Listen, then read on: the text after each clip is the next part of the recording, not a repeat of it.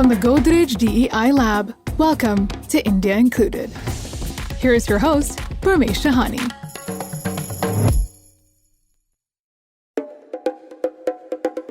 Welcome to episode 3 of India Included. You are already a big fan by now and have shared this podcast details with everyone you know, na?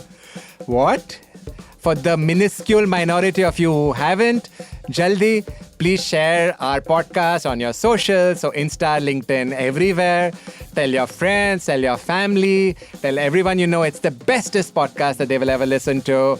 And it's a podcast where we speak to change makers who are all in their own ways creating a better and more diverse and inclusive India. I trust you, huh? Which is why I'm going ahead with the rest of this episode. Don't angry me by doing dhoka. In my version of LSD, the D is for dhokla, not dhoka. So, share with everyone. And actually, by now, you know what you want to send me as a gift if you're ever in the mood. A nice big box of dhokla.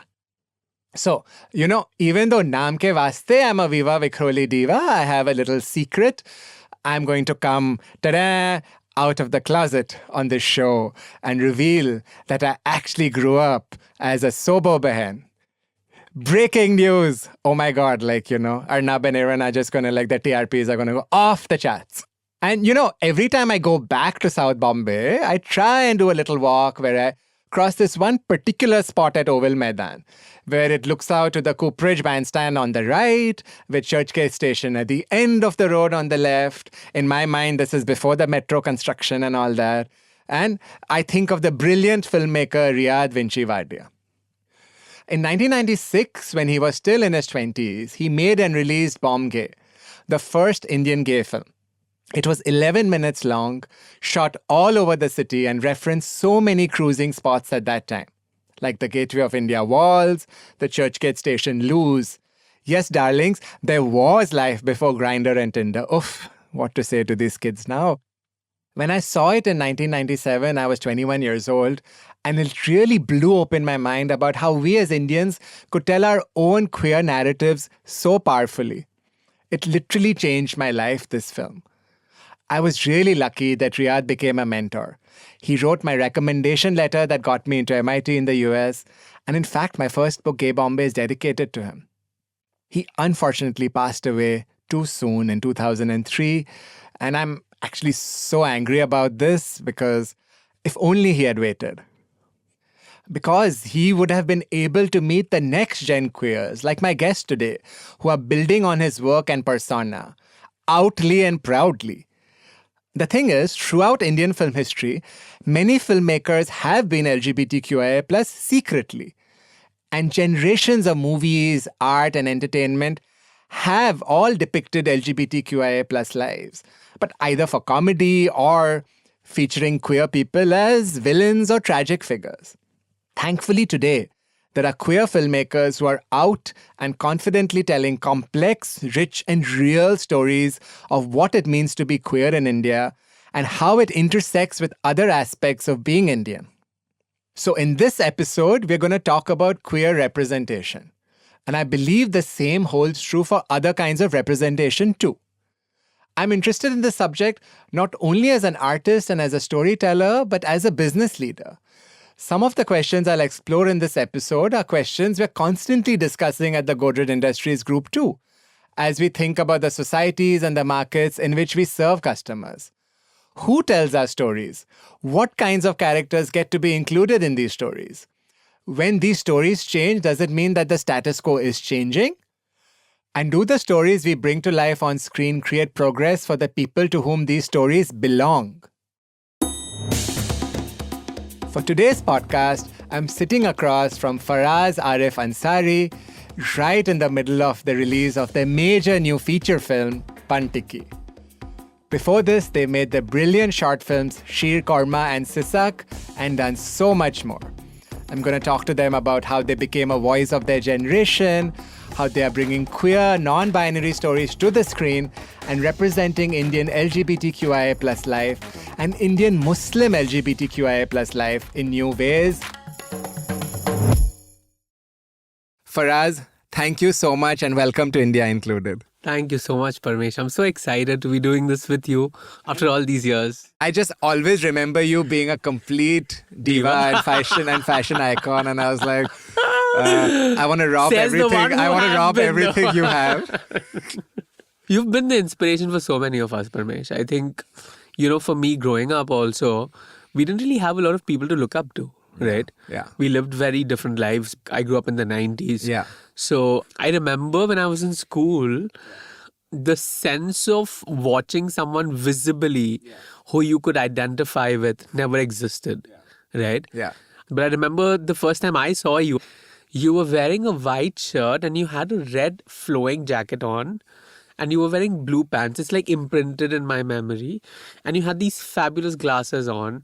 I remember it was a breezy day, so your jacket was like full flutter was happening. But I remember that visual, for a queer person who's not grown up with the freedom to be who we want to be, to see another person out there living. Yeah. I think that is such a moment of truth, Yeah. No, thank you. And I had that because I grew up, I'm like maybe one generation before you, right? So I had people like Riyadh, I had people like James, Yeah. Corey, so many who were that for me. And when I grew up, I was craving these Indian representations because, I mean, one read in the papers and one saw, and at that time there was no internet. There was the World This Week that came on NDTV via NDTV once in a week where Yeah. we could see international news. So one saw all of these things. But somehow Elton John, George Michael, it's very different from, say, Correct. seeing No. your own, or seeing your own people even at that time. Yeah, So absolutely. that you could be queer in Indian context. So thank you. Now, very soon, because you're already a world famous superstar, and after this film comes out, everyone will know your origin story. But because you are destined to be one of our Indian cinema legends. But for now, on this podcast, I just want to know your origin story before we talk about other things. So, did you grow up in Bombay? Where did you study? Are you from a filmy family? Like, what brought you to, here? Yeah, no. I wanted to make films since I was 4 years old. This is bizarre. But you grew up here. You were here. I grew up in Bombay, but my roots are from all over the place, right? So my grandparents were from some other place and then they migrated here and they chose to live here, right, when partition happened. My dadi, in fact, which I realized much later in life, right, she was a Sikhi from Punjab. Wow. But undivided Punjab. So she was from Lahore. Correct. And she used to be an actress back in the day. She used to do theatre. So I think maybe I get it from her. Yeah. Because that's the closest connect I have with anything to do with the arts. Nobody in my family has an artistic bone to them, right? At all. Not even a DNA, not even like a cell. I went to St. Mary's, which is at Mascon. boys, all boys All school. boys, thank God for that. This sounds so wrong, but thank God for that. I think I was in my first grade. And I used to wear the shortest shorts to school. Of course. Right? The shortest. And I remember I was the monitor in my first grade. And I remember walking down the rows and just feeling that everyone is just looking at me. I'm the hottest thing in the world. And later when I saw Kareena Kapoor in Kabhi Khushi Kabhi Gum, I was like, that is me! 10 out of 10. 10 out of 10. So you loved attention. I enjoy attention, especially when you're denied it for such a long time. You want it all the more when you get it, right? Yeah. But now, I think when you find who you are, Yeah. you get a little bit more comfortable. And then that need to shout does not really exist. Then the shout transforms in just being, Yeah. right? Which I think has happened with me now. So No, and to me, you've always been luminous. Yeah. So whether Thank you you. like it or not, you are going to shine. yeah, oh God. And so, you Yeah. just have to be yourself. And that's, yeah. yeah. That reminds me of something my mom always used to tell me. She says, you are the sun. She says, aap aftab ho. Right? She always said that. She said, clouds will come, clouds will go. You will continue to shine. Even when it's night, you'll be shining. So it's like something that I've embraced really, and thank you for saying that. It's so beautiful. I wish she was here when the film was. I know. Although she did see Sheer Korma. Yeah. And she happened to see it with Shabana Azmi and Divya and Swara at Soho House. But she knew of Bun Tikki. She knew about it. Because I wrote it during the pandemic. So she was my litmus. Every time I wrote a scene, I used to go and narrate it to her. I was like, what do you think of this? I think it's nice, but what if you do this? And it's bizarre we're talking about my mom because, I think last week I went to see Veer Zara. Yeah. Yash Chopra's because everything's re-releasing these days. Yeah. And I remember when I'd gone to see Veer Zara with my mom when it had released. Yeah. And when we walked out of the theatre, she was very overwhelmed with the film and all, and very dramatically, Yeah. She held my hand and she gave me the permission after watching Veer Zara. She said, you make films. Amazing. And you make films like Veer Zara. Wow. Because it's not just a romance. It's not just a love story. It's political. It's social. It's about people from different faiths coming together. Yeah. It is such a culmination and such a needed dialogue even in present times. Yeah. Yash Chopra has always been way ahead Yeah. of his times. A very different kind of masculinity also. Absolutely. That masculinity is something that I understand. Yeah. See, Parmesh, when I grew up surrounded by women. Yeah. My Khalajan, my baby and my mama. 3 women who brought me up. Yeah. Right? But I think that sort of softness that I experienced, that sort of transcends even in my work. Like mostly all the films that I've made so far, Yeah. except for Sasak maybe, all of them have a female protagonist. Yeah. Like Shabana and Sheer Korma. Now, of course, in Bun Tikki, there's Shabana and Zeenat. Yeah. And in times where, where everyone wants everything to be male, mard, man, yeah. right? They want the protagonist to be a man. Yeah. The minute you tell them, so it's about this girl, and they'll be like, oh, Who's the God. hero? Like, hero gone. I mean, Yeah. actually, there's no hero. And they're like, what? Yeah. Who is he romancing? And there's no romance. What? How is that even possible, right? They want those things. Yeah. But I think one is trying to do different things and one is trying to break the clutter in so many ways. You take the road less traveled, not because nobody's taken it, but because maybe it should be taken. Yeah, but as you said, this formative childhood surrounded by love really empowered you to do this. But did you go to film school? Like, how did you No, get... Parmesh, I'm absolutely self-taught. I think my biggest learnings have been watching films through the 90s. So, Dilwale Dulhania Le Jayenge, Hum Aapke Hai Kaun. I have seen Hum Aapke Hai Kaun more than 100 times. Yeah. I don't think I've ever said this out loud. Before my examinations, I used to get dreams about Hum Aapke Hai Kaun playing on loop. In my mind, I'm not even kidding. And Tuffy the dog would come and Tuffy give you was the answers. But it was mostly Salman Khan, right? I think personally, my sense of storytelling comes from my mother. Yeah. Because I remember when I was growing up, we went through very difficult times as a family. Initially, it was all great, right? And then my dad got thrown out of his home because he married my mother. And my mother got thrown out of her home because she married my father. So I think my initial childhood, there were times where there was no food to eat at home, right? Because they were living like really hand to mouth. Yeah. And my mother used her storytelling to make sure that if there is not enough food to eat for me, I can listen to those stories and pass out. So stories by default became a part of my DNA. Yeah. Because when you have nothing else to hold on to, you lean on to stories. Yeah. So I think largely my storytelling comes from my mother. Yeah. Rest of, I think, filmmaking is a little bit of, I was obsessed with advertisements. My dad used to work in ads he was into neon signs and hoarding boards, right? Yeah. So we had a lot of hoarding boards across Bombay. I remember because he had a lot of friends in ads and I was obsessed with watching ads.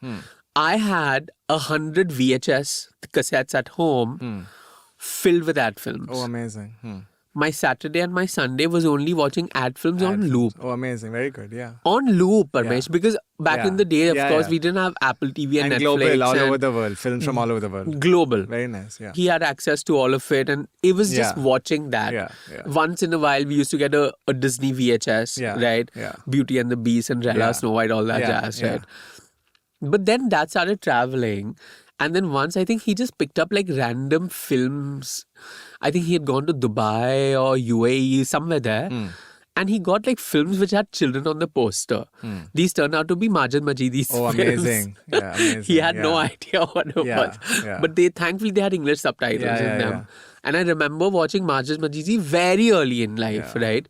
And I feel like life has a bizarre way of preparing you for Yeah. what is to come. Correct. I believe everything is written. Yeah. There is a thing called destiny for all of us. Of course, we change it, we tweak it, we play with it. But there are certain truths that remain. Yeah. The sense of Iranian cinema aesthetic into the telling of the tale. Yeah. When you look at it, it's all full on Bollywood, right? Correct. Everything is like Yeah. glamorous and everything is pretty. I think Sisak, because I didn't have a lot of budget. I don't know if a lot of people know about this, but I sold my car To make sense. Huh? to make Sisak. Yeah. No, but quickly before that. So you started writing ads. No, I started writing films directly. You started writing films. Yeah. I remember when I was in my 9th grade, I wrote my first feature film. Yeah. It was called Shayad Yahi To Pyar Hai, Wow. which was, I think, a little inspired by Karan Johar's Kabhi Alvida Na Kehna. It was about multiple people Yeah. in love with each other and in New York, Yeah, right? You know, yeah, A girl got a dream. And then, of course, I started working with Amol Gupte as his intern writer on this film called Tare Zameen Par. Yeah. And then after that, of course, Stanley Ka Dabba happened. yeah. So films, I started with films Yeah. as Amol Gupte's associate director. And then eventually continued in that journey for some time. Yeah. You know, after working with Amol, Yeah. everything was guerrilla. Yeah. Then I was like, but I want to do something like really big. So then I decided to work with Dharma because Dharma was doing the biggest Yeah, films then. yeah, yeah. But I worked on the smallest film Dharma has ever made Which is? called Gippy. Oh, nice. After that, Yeah. Parmesh, I got done with it and I was like, that's it, I'm done working for others. Now I want to make my own stuff. Yeah. I think that was the time when I decided to go independent. Yeah. Although it took about 10 years to actually become an independent feature filmmaker. Yeah. Right? Yeah. Because I believe that even if you're making short films, you are considered to be illegitimate. Yeah. Yeah. Yeah. They don't consider you a filmmaker. Yeah. They're like, kya banai, short film? Never mind. Yeah. Yeah. The minute you say that I've made a feature film, like you get wings or you develop like snake coming out of your wig, something happens. But you're Something finally bizarre. there. You But I'm struggle there and you're now, finally there right? now. It happened at the lowest time in my life after I lost my mom, right? So I wasn't prepared. Yeah. Something that I wanted all my life. And I was like, why is it happening to me now? I can't even enjoy it. Yeah. You know, Yeah. it just felt like so bittersweet. Yeah. But I feel like maybe that's life. Yeah. You know, so much of that. And I mean, everything that you say about her, she prepared you for it and then she went, right? Yeah. So in that sense. She did. No, she did. She did her homework very Yeah, well. yeah. I think so. I remember that Bantiki was a film that she never thought will get made Yeah. because I don't understand what is commercial. I work from my heart. So Yeah. whatever comes naturally to me, I make that, I write that. Yeah. So Bantiki was one of those films that I started writing during the pandemic. You remember when Yeah. Sheer Korma was supposed to have its world premiere at BFI Yeah. in London Yeah. in March. I was on my way to the airport and then we had to take a U-turn and come back because my mom was like, listen, India's going to the lockdown. I said, yeah, India is going, it's fine. I'm in the UK, how does it matter? She's like, if India is going, how will you come back? Yeah. I was like, oh, okay. So then I've taken a U-turn, heartbroken, I've And come came back. back. And before I've reached home, I've got an email that BFI has been cancelled. Of course, and I was yeah. like, shit. Yeah. Right? So from that low, but tell everyone what Sheer Korma was about. So I'll tell you where Sheer Korma comes from, Yeah, right? yeah. After I made Sisak, which I think personally is like absolutely from the heart. You know, I Yeah. shot it on the Bombay local trains. Yeah. Interestingly, Parmesh, we shot the film in 6 hours, Yeah. which a lot of people don't know about. It's incredible. And for those listening, it's one of the most evocative queer films I've seen in my life. Thank you. It's about a random connection between two men on a Mumbai local who see each other. And no dialogues. And with no dialogues as well. It's just about a feeling and it's so powerful Yeah. that, yeah. I wrote Sisak when, so this was pre 377. Yeah. And Sisak went through the pre and post during its journey. Yeah. But I remember after I made Sisak, it traveled to like 200 odd film festivals. It won 60 international awards. Yeah. But still, I was struggling to be recognized as a filmmaker. Yeah. And then a lot of people turned and said, yeah, but you know, your film does not have any like big names. I was like, what does that have to do with a film? They're like, yeah, India hai. This is how India works. You know, it works on star power. I was like, great. Next film I'm going to make, I'll have like big names in it. What film I wanted to make, I didn't know that. I Yeah. just knew I wanted to make a film with big names. Yeah. That's how it started. Then I remember I was at Harvard University. Sisak was invited Correct. there. Yeah. We had a screening. Yeah. And in the screening, there was this one person who asked me a question. And they said, where are the women in your film? And I was like, technically it's my first film. Don't come at me so hard. Yeah. And it's about these two people, I think, in the most intimate way. Yeah. Right? I wanted to make a film on that. Yeah. They were like, that's great, but will your next film have some representation of women, of queer women, Yeah. of non-binary people? And at that point, I had no idea what non-binary meant. Yeah. Being a queer person, Yeah. right? This is Yeah. 2017. Yeah. We were still, Correct. waking up. Yeah. And I was like, I'll try for sure. And that night, rather than feeling very happy that I've just screened at Howard, I was so sad. I remember I went to a cafe and I've sat and I've cried. I was weeping. I was like, what have I done? And I remember taking a paper napkin, and I always have a pen with me in my bag. I drew this image of two people, their foreheads are touching each other like a lion's kiss. And they both, for some reason, were wearing the namaz ka dupatta. A lot of people call it the hijab. It's not. It's just a namaz ka dupatta. And I was like, that's going to be my next film. No idea what the story is, nothing. Yeah. That's it. Yeah. That was 2017. In 2019, when I was dating someone and I was living very happily in Germany for like some months, I started writing Sheer Korma.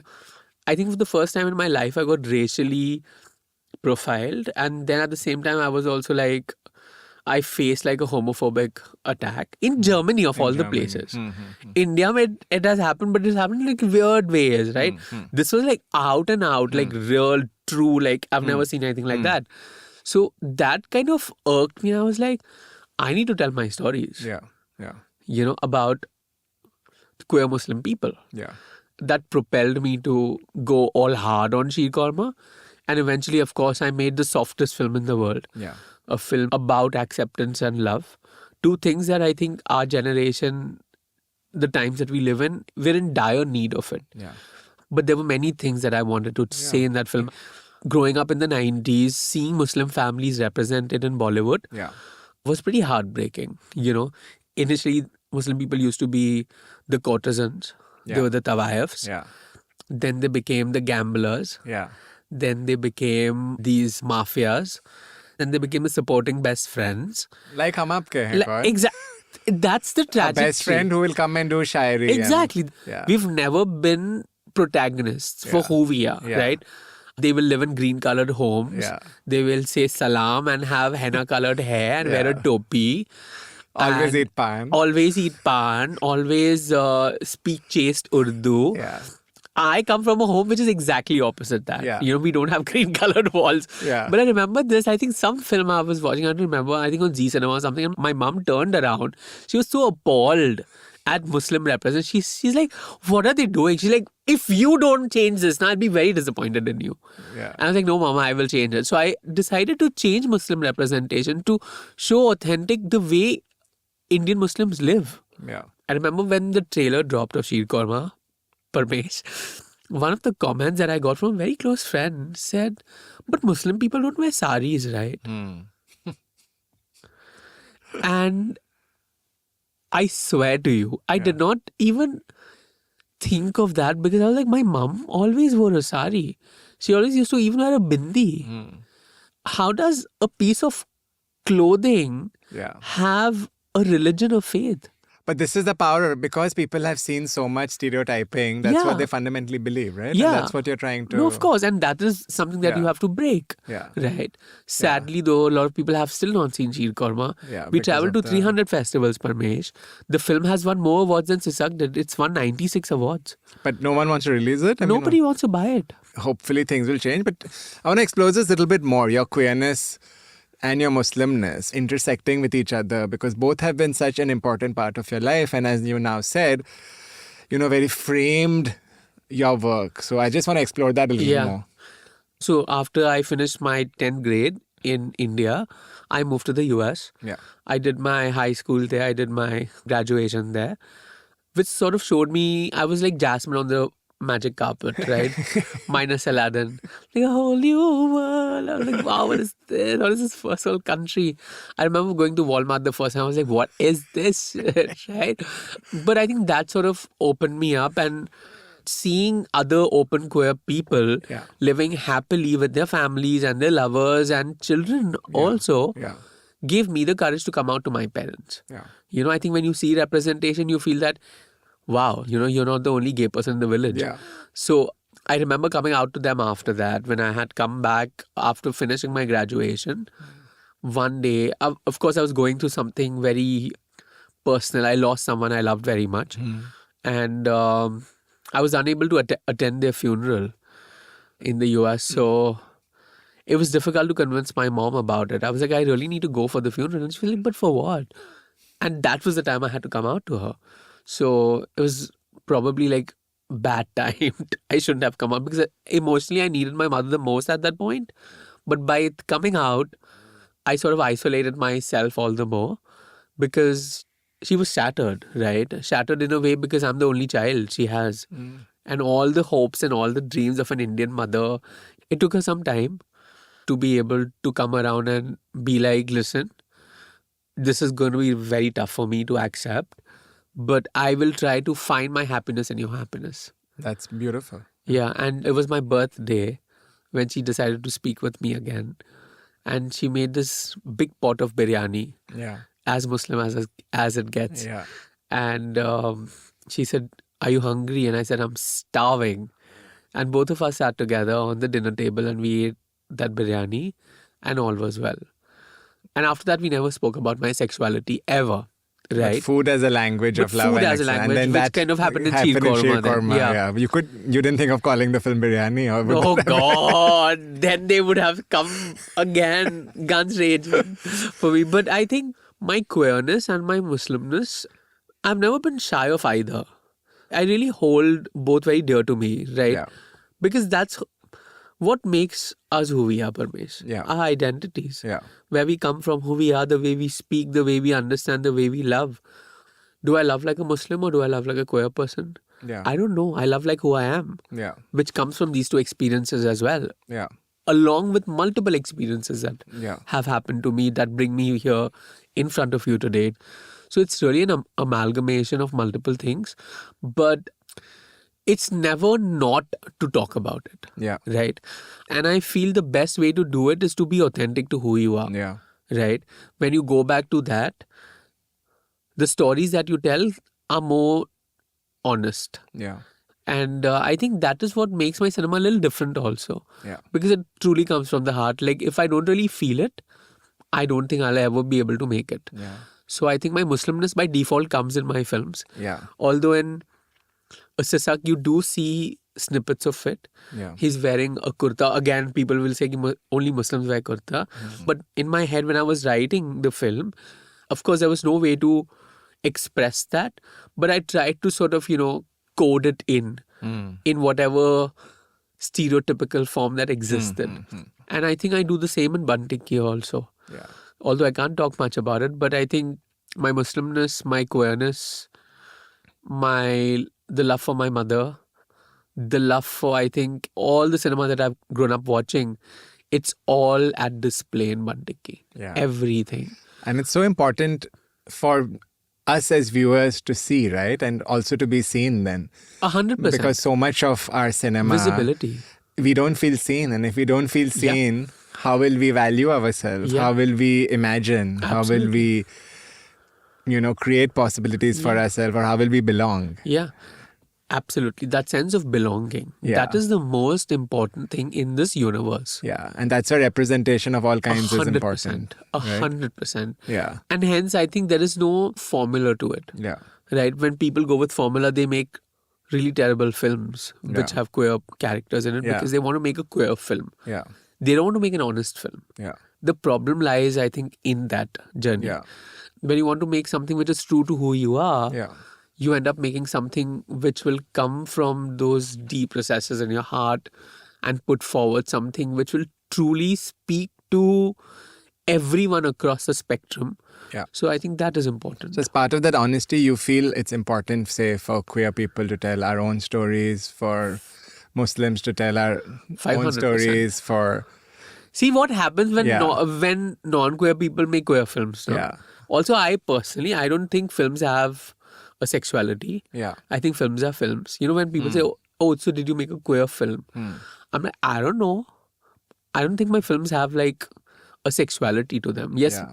Are the characters in the film queer? Yeah. Yeah. That I can tell you Yeah. if they are or if they're Yeah. not. Yeah. But I don't think like clothes don't have gender. Yeah. Films don't have No, gender. but say films like Badai Do, Chandigarh Kare Aashiki, Yeah. Shubh Mangal, Yeah. there's been a plethora and so Yeah. much. You And feel you can see. you think there's a difference between that? 100%. There is no queer gaze. Something that Oner has been fighting for the longest time. And again, I'm going to be an advocate for this. I feel lived experiences will always trump research. Okay. No matter how much research you do. Research will always be from a third person perspective.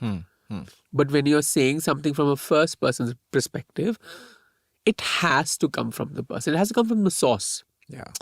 It's like when you have bottled water, Yeah. for example, Yeah. Yeah. Yeah. right? Yeah. There's a difference when you have bottled water that comes from some fancy mountain Yeah. versus water that has been bottled here. Yeah. You can tell the difference the minute you take a sip. Yeah. You can tell the difference the minute you open the bottle. The way it snaps. Yeah. That first sort of, whiff of it. You can tell the difference, Parmesh. And you and I both know about this, Yeah. And it is these, I think, there's a word in Urdu, Yeah. bariki. It's the detail. Yeah. Where does God lie? It is in the details. Correct. It's not in the bigness and the largeness of all of us. That's authenticity, like. I mean, look at everything around us, right? There are so many dupes of designer stuff going on and this and that and all of that. Yeah. What do people keep looking for all the time? Authentic, real, true things, Yeah. Yes, fusion is great, Yeah. but it's only so much. Yeah. It's only temporarily. Eventually, in the larger scheme of things, you want to have something that's authentic. So Faraz, I want to talk about your advertising, because besides all these films, all these festival films, and now a big feature film, you're very well known in the advertising circuit. You've done some very, very impactful work. So talk to me about your own commercial work in terms of advertising and how that has changed. Parmesh, I've been very selective about what kind of ad films I associate myself with, predominantly for the reason that you stated. I do not want to work with anything that is very stereotypical out there, which sort of just defines already existing preconceived notion about this is how people are. Yeah. This is black and this is white. I disagree to that. And hence the ad films that I choose to make, they sort of break the mold in many ways. Like the last one that I did, it was with Baman Irani and his two sons. Both of them are non-actors. And the film was about Father's Day. It was about a whiskey brand and all of it. But it's interesting in the film because you see the sons really step out to find a way to bring joy to their father on Father's Day. We see a Mother's Day Yeah. because that is supposed to be celebrated because it's, you're paying homage to your mother, a woman Yeah. that is considered to be more righteous Yeah. than celebrating your father for some reason. Yeah. Especially the relationship between sons and fathers. Yeah. It's a very not talked about relationship, right? Yeah. Well, except in films like Animal and all, which are very, which is are particularly toxic. Absolutely Yeah, toxic, yeah, right? Yeah. Here I'm making a film about a very delicate relationship, right? Which is the most common relationship in the world, one of the most common. Yeah. But to sort of look at it with new eyes, right? And to find my own sense of extravaganza in that setup. So when that came to me, it was very bare bones. And then I worked with the writers and I sort of made it bigger and larger, so that it looks very Indian ad film mainstream. Yeah. But the story that you're telling with it, Yeah. it is very fresh, it is very new, and it is very sublime in terms of its messaging. It's about sons bonding with their father even after a certain age Nice. and how they celebrate the dad for who he is. Nice. So it was interesting to kind of change that mold. Even with the earlier work that I have done with ad films, I think it's Like Grey always Goose or so like many Grey others you've Goose. done, yeah. Grey Goose was, of course, like a larger, bigger campaign that we did, and I wanted it to be out and out, unabashed in terms of celebration and identity.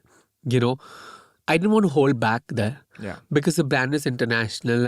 They have like no rules for it. They were like, you do what you think is right. Yeah. As long as it looks glamorous, Yeah, right? yeah. But even there, I had like Gaurav Gupta, in the campaign. It was like a 6-episodic series, but obviously like an ad film in that sense. But Gaurav Gupta, Akshay Tyagi again, openly queer. To have these people as role models and not really talking about their sexuality Yeah. at the heart of it, but talking about the work that they do, Yeah. the professional lives that they live, right? It's interesting because every time you see a queer person, you expect them to talk about their sexuality and give you their reasoning for it. Yeah. Why? Yeah. Do straight people give us reasonings for why Yeah. they're straight? Yeah. Then why is it expected from us? Yeah. Right? All queer narratives do not have to be about people saying, oh, I am queer, I am gay. If they do, it's great. Yeah. Nothing wrong with it. But it But can why does be, it only yeah. have to revolve around that? There's so Correct. much more to explore, so much more to do. Correct. I will also tell you one thing.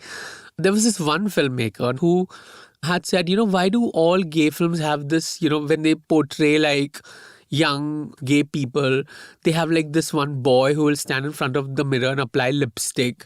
Why can't they just have them play a sport or something? First of all, there's nothing wrong with having a child being authentic to who they are. Yeah. Right? I have spent all my childhood Yeah. wearing my mother's clothes, wearing my mother's makeup, her jewelry, Yeah. everything, right? And then recently I saw pictures of Amrita Shergill dressing up in a very drag sort of form Yeah. in her mother's and her aunt's clothes and jewelry Yeah. and all of Yeah. that, And when you look at them, they look pretty androgynous. Yeah. Right? So I feel that it's not about what is and what isn't. It's not about right and wrong. It's about gently trying to get people to think beyond what is. Yeah. And which is why more representation is important 100%. because then we will show queer kids doing sports. I mean, Made in 100%. Heaven 100%. season 1 had Yeah. a whole track with, say, Yeah. queer And more people doing representation sports. only Yeah. comes from that one place, authenticity. Correct. Which kind of goes back to the larger conversation that recently, Parmesh, just talking about authenticity, going a little off tangent. I was reached out by someone. They identify as a Dalit and queer. Yeah. And they said that they would love for me to make a film about their experiences. Yeah. And I said, I'd be the wrong person to do it. Yeah. I would have given my left arm to do it. Yeah. But I'd be the wrong person to do it. I have no lived experiences. How will I do justice to it? Yeah. They were like, no, we'll write the story, we'll do everything. I said, even as a director, Yeah. being a director is like being God in that universe. I said, I would help you find someone who identifies as Dalit and queer and who also happens to be a filmmaker. Let me be of help in that capacity. Rather than me saying, no, I want to take the spotlight here. It's very imperative to understand when to step back. Yeah. And this goes out to especially a lot of non-queer people out there making queer content. Yeah. Why are you doing it? Why? It's not your story to tell. Would you want someone else to tell your story? No. You say, no, this is my story. I'll say this my way. So create platforms so that others Create can be opportunities. Create platforms. I hate the word empower. Yeah. Because that means one person is already in power. Yeah. I believe in creating opportunities. Yeah. Right? Which kind of, again, led to a lot of things that I do, right? Yeah. Other than filmmaking. Like the fellowship that... Transaction. The transaction. Yeah, it's called Trans and Action. Correct, yeah. Stupid thing I came which up is with Keshav and with the Keshav and Suri Lalit Foundation. group of hotels. Yeah. And I remember this idea when it came to me. I was sitting at the Keshav Suri Foundation launch where you were also there. Yeah. After that, we all went for dinner. And Keshav was like, baby, we have to do something. I said, I have an idea. I said, we always talk about so many things. Let's put our monies where our mouth is. Yeah. I said, listen, you have your hotels across India. I will bring in the talent. I will do these sessions myself. Let's create opportunities to build skills, especially in the space of acting, in the space of filmmaking for queer people. Yeah. Because when we say... It's queer or trans? Or this Initially, it was trans. Now, queer people came up to us and they said that, can we also be a part of it? And we said, okay, let So these are workshops or skill building workshops for queer people. But with special focus on trans people. On trans people to become better actors or filmmakers. consider themselves Yeah. for a profession in acting I see. or filmmaking or storytelling. We've also added new things which a lot of people said that they'd like to. Like some of them want to be entrepreneurs. They want to understand small scale businesses. Some of them want to be social media influencers. I see. As years have gone by, we've sort of expanded a little acting workshop into adding more sessions Yeah. by bringing more industry experts. Oh, nice. And interestingly, Parmesh, a lot of them got hired by these industry experts. Oh, amazing. Yeah. Because what you're doing here, you're creating a safe space for a queer person to be themselves. And then you get an industry expert, you get a mentor from outside who gets to experience and understand where this person is coming from. And then they're like, hey, you're good. And they're like, I'll you're give you-" fabulous, let me hire you. Yeah. In fact, at our last transaction, which we did in June this year in Delhi, we were expecting about 30 people. We had about 95 people show up, Amazing. which was crazy. Out of that, about 12 of them have been hired Wow. by the mentors who had come to host the sessions. Yeah. And they're all very happy. And in fact, interestingly, one of the designers who hired 3 people from the workshop, I was recently dealing with her because I wanted an outfit. And I was speaking to one of my participants from Transaction, who's now handling all her media and collaborations. And I literally teared up. Yeah, what a moment of pride. Yeah. Full circle. Full circle, Parmesh. Yeah. This is why we do what we do. Yeah. Yeah. See, Parmesh, I know one thing, that I want to create a legacy of love for generations of children to come after me. Yeah. Yeah. Especially queer children. Yeah. Because I did not have the things that I have now. Yeah. But I would want to leave behind those things for the generations to come. Yeah. And I feel like as queer people, as people who have some sense of access, it's imperative to create those opportunities. Yeah. You know, we can build our castles bigger and bigger and bigger. But when we build that one bridge across the river, what it's going to do it's is amazing. beyond us. Yeah. No, thank you. I know that many people who would be listening to this might be from, say, the business world. So there might be people from HR, people from business, there might be MBA students. So, you know, if they're listening, what advice would you give them, people in corporate India, queer and straight? It's mostly straight. You know, how do they work on their products? How do they work on their experiences and services to make them more representative of the larger world? Because so much of what we see in the larger world, whether it's products, whether it's services, whether it's experiences, is very much, you know, designed for, by, etc. straight people, without even including whether it's queer, whether it's persons with disabilities, whether it's any other minority. So what advice would you give these people from the business world as they think about the future? You know, one thing that my mother always used to tell me while I was growing up, she said, while your face is towards the sky, your ear should be on the ground. And I did not understand it then, and I still don't understand most of it, but I do understand some of it now.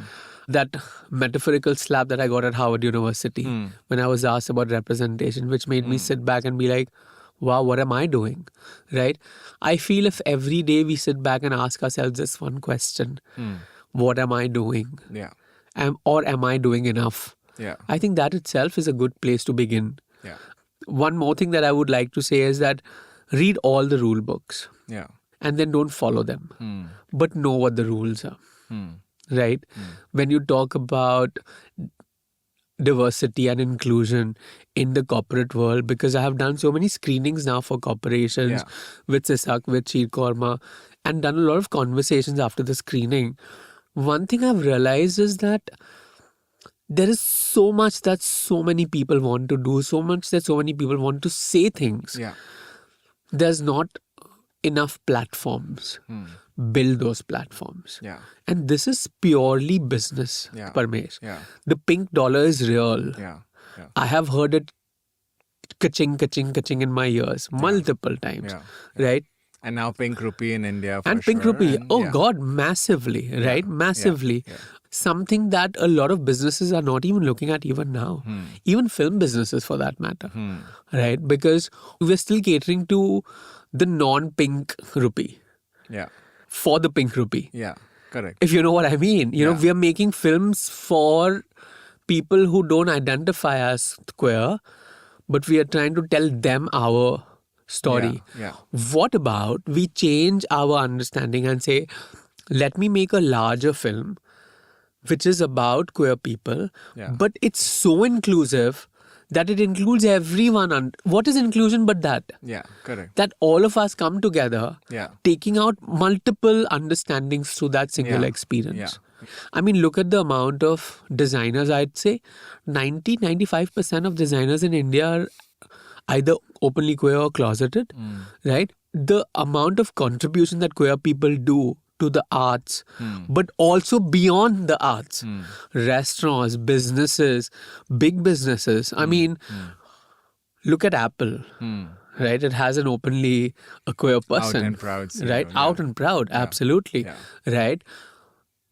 When you start looking at those people as icons and the legacies that they have created, Yeah. and you start sort of molding that back home, you start nurturing that back home, maybe 10 years down the line, we'll have our own Apple. We'll have our own $1 billion business. Yeah. It's all about nurturing. Yeah. So you create a supportive ecosystem You in create a which sup- queer yeah, safe leaders can space. thrive. Absolutely. Absolutely. I think more than that, you create a safe space, first of all, at home, Yeah. then at schools, Yeah. and then at all workplaces. Yeah. Let people be. And for everyone listening, as Faraz has just said, right, it's the right thing to do. It's profitable. Queer people are audiences. Queer people are markets. For that matter, any group of people Yeah. in that sense are your audience, are your market. So while this episode has been specifically about being queer and being Muslim, the truth is any minority Yep. out there, if you're not thinking of us and looking at us and addressing us through multiple ways, you're really losing out. I wanted to ask you, in whatever you make, your films, your ads, everything, do you feel the reception is different from non-queer people and by queer people, or do you feel that people respond similarly to your work? Interestingly, all the films, like whatever work I've done so far, the response has been pretty similar across queer, non-queer people. And I feel that maybe it comes from the fact that I try to make very universal stories Yeah. that are not just catered to a section, and it talks to everyone. Yeah. I feel that again is a language thing. Like Yeah. I told you, that yes, you want to make a film about queer people, but the way you want to make it Yeah. is something that I'm so used to watching Yeah. in a mainstream, for the lack of a better word, commercial Yeah. understanding in India. There's this thing called commercial cinema. Yeah. So if I make these stories about queer characters, but I make it in a very commercial, mainstream way, Yeah. it caters to a larger segment of people, which I would want my story to go to. Why would I not want to do business? Why would I not want to make 100 crores? It's Yeah. stupid of me to be like, no, but I don't want to be. So using the masala format, but you're querying it with... I feel using Yeah. the universal The language. universal, okay. There's a language that we all understand. I was recently in Paris for a holiday for my birthday. I don't speak French except for like bonjour and merci, and that's about Yeah. it. Yeah. I could communicate Yeah. with them with my little understanding of French and their little understanding of whatever English I spoke, and we could have conversations there. What is that language that I'm using and they're understanding and they're speaking and I'm understanding? It's the human language of emotions. Yeah. When your emotions are correct, Yeah. no matter who you are, where you come from, because you're talking about universal relationships. Then the Parmesh. audience response is the same. Yeah. What is Sisak about? It's about love between two people. A lot of non-queer people actually who saw Sisak, they said to me that I didn't even realize that both are men. Right? In Sheer Korma, they were like, but it's about a mother and their child. Yeah. I wouldn't say smart. You have to be very prudent to take a universal subject Yeah. and then transform it into something so personal. Yeah. Something so rooted and so universal at the same time. Yeah. That is something I feel is a short hit. Yeah. And which I think even Bantiki does, because predominantly it's about a father and his child. Yeah. The hero of Bantiki Yeah. is a 7-year-old child. If in 2021 or even 2022, you would have told me Bantiki is going to be the first feature film that I make from all the films that I've written, I would have laughed at your face. Yeah. On paper, at least, it's not a film that I can take to any producer. Even the most independent producer, if I take it to them, they'll be like, what is this film? And here I am with Manish Malhotra, who's like, the most celebrated Indian designer. Yeah. He's the golden child of Bollywood. How do you get convinced? I think my mother's blessings, to be honest. But I Yeah. think over and above that, You've also got Geo producing it. Right? yes, So it's Geo both. Studios Yeah. and Manish Malhotra's company Yeah. called Stage 5. Yeah. I think Manish read the film and he really enjoyed it, and he reached out to me. And I remember the first time I met Manish, I was super nervous, right? I still remember it was the 13th of Jan 2023 Yeah. and it was a Friday. It was Friday the 13th. Yeah. I was really scared. I'm very superstitious. I was like, I don't know if this is the right day to meet him. Can we push the meeting by a day? And Sunny Bambani, who works for Manish, he said, just come. He doesn't have time. So this is the day if you want to come see him. And I've like prayed to everyone out there. I've gone to Mother Mary at Mount Mary. I've lit a candle and I've gone. Then I've sat down and Manish walks in. And the first thing he said to me, he said, listen, Faraz, we're making this film. And even if there's no studio that's going to support it, I'm going to put my own money and I'm going to make this film. How amazing. And yeah. I remembered, I could feel the tears running down my cheeks, right? But I could just not speak, Parmesh. I was just like, I remember nodding my head continuously. He said, are you okay? Do you need some water? He said, do you want to say something? I was like, I just didn't know what to say. I was tongue-tied, right?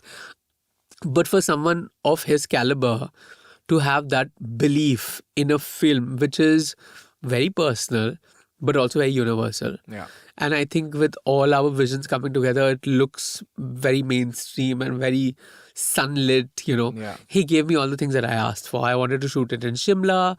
I wanted to shoot it in Nainital, on real locations. I said, I don't want to build a set. I want to go to the mountains and shoot it. Yeah. The way they used to do it in the 70s, Correct. Yeah. Pahado wali film Yeah. hai, it has that winter, wonderland, sun-kissed, Christmas, all the things that I love. And you right? got the actresses also. You And got of icons. course, my Yeah. God, Shabana Azmi, Zeenat Aman, Abhay Deol, Yeah. a few more actors that I can't talk about as yet, but the hero of my film is the 7-year-old boy, Yeah. right? In this industry, if you go to any producer and tell them, I want to make a film about a 7-year-old child, Yeah. they laugh at you. Yeah. It's not a commercially viable idea if you tell them that my protagonist is a 7-year-old. We make films about children, Yeah. for Yeah. children. Yeah. Right? That doesn't exist because they're like, who's going to bother about them? Yeah. Give them one Walt Disney film that will come internationally, dub it in Hindi and give it and they'll be happy. Yeah. Right? To create something which is so rooted in our ethos, Yeah. but at the same time so universal and with a child protagonist, I don't think it has happened since Masoom. Yeah. Correct. Right? Yeah. So I think with Bantiki, it's a very deeply personal film. So I feel like very seen in the film. Yeah. Like parts of myself that I've never really put out there, they are like up there Yeah. for the world to see. And I'm genuinely very proud of this film. Yeah. And it takes, I think, a lot of courage for me to say this out loud, but what we've made and what we've been able to create, I will proudly stand by it for the rest of my life. Yeah, no, I'm so happy. And, stories like this give us such hope Yeah. that in the India of today, Yeah.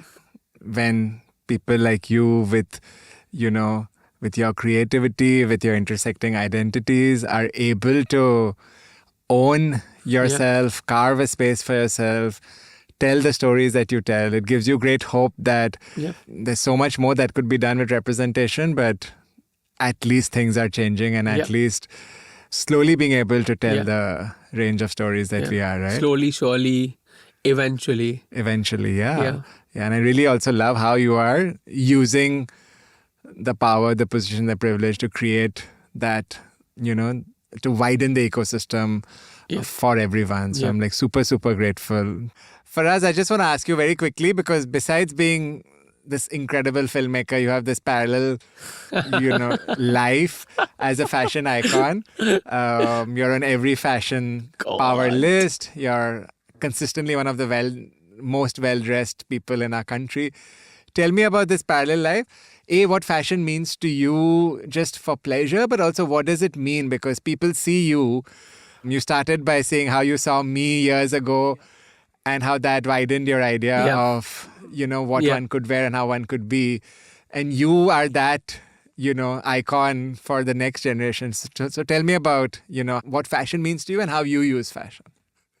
So, there's a dialogue in Dil To Pagal Hai where someone says for Madhuri's character called Maya, he says, Maya khud ke liye naachti hai. Maya dances for herself. I feel I dress up for myself. And when that gaze is so personal, I keep no holds barred to myself when I decide to dress up, right? I love fashion. I absolutely adore clothes. I adore accessories. I adore jewelry. If I wouldn't have been a filmmaker, in all probability, I would have been a designer or a teacher. Like, that's the oddity I exist in. But I feel like it is a way of self-expression without speaking. Yeah. I just put on what I want and I go out and people will immediately know who you are. Yeah. I don't even have to say a word. Yeah. It's so visual. Yeah. Right? And personally, for a filmmaker, it really defines me for who I am. I remember like Shabana ji telling me every day on set, right? When she used to come on set for Bantiki, even Sheer Korma, she was like, I am afraid to even wear my costumes in front of Faraz because Faraz will show up like, and trust me, I have shot Bantiki for 32 days. For 32 days, I had my looks sorted before I have taken this trip. From my shawls to my scarves to my shoes to my socks to my jacket to my sweaters, because we're shooting in like really cold weather. All my 4 layers are sorted. I have pictures of like how I used to put all my layers together. And of course, mix and matching. But I think fashion has always been something which is inherently a part of who I am as a person. I love it. And I am not ashamed about it. A lot of PR people told me, they were like, nobody will take you seriously as a film director. Look at the film directors today. They wear a t-shirt and they wear denims and they go and they make films. I was like, I'm not going to be that person. I'm going to wear my trench coats and I'm going to, even if it's a smoldering heat, I don't care. I personally feel dress up for the job that you want, right? If you ask the 10-year-old Faraz what he wanted to do back then, I don't identify as a he anymore, but I remember that Faraz would have said Faraz wants to direct an ad film for Chanel, starring like a big icon, like a big Hollywood icon. Rekha now, I'd do it with Rekha in a heartbeat. But that's what I wanted to do. I feel all my films are at that intersection of fashion and art. Even Bantiki, everyone is dressed to the T. Even if they're at home sitting having a cup of chai, everyone is dressed up. Because when you come to my house, everyone dresses up in the morning. Everyone is presentable throughout the day. I actually wear night suits to bed. Yeah. Which is beautiful. Proper night suits. Monogrammed, of course. 100%. With my names written at, my cuffs and all. But that's who I am as a person. And I feel it's a little Victorian, it's a little Jane Austen type. I'm a little old school. I get it. But I love it. No, thank you. Thank you for being your fabulous self, and the world is richer for it. And I think the Chanel film is on its way. Oh my God, I hope people are going to listen to this and you're going to get the call. Yes. I hope the fingers crossed. Thank you for listening to India Included. If you enjoyed this episode, tell us. Please subscribe or follow and leave a rating and review on the podcast app you're listening to. To find out more about us and the work we do, visit GodrejDEILab.com. You can also find us on Instagram and LinkedIn at Godrej DEI Lab. Stay tuned for more.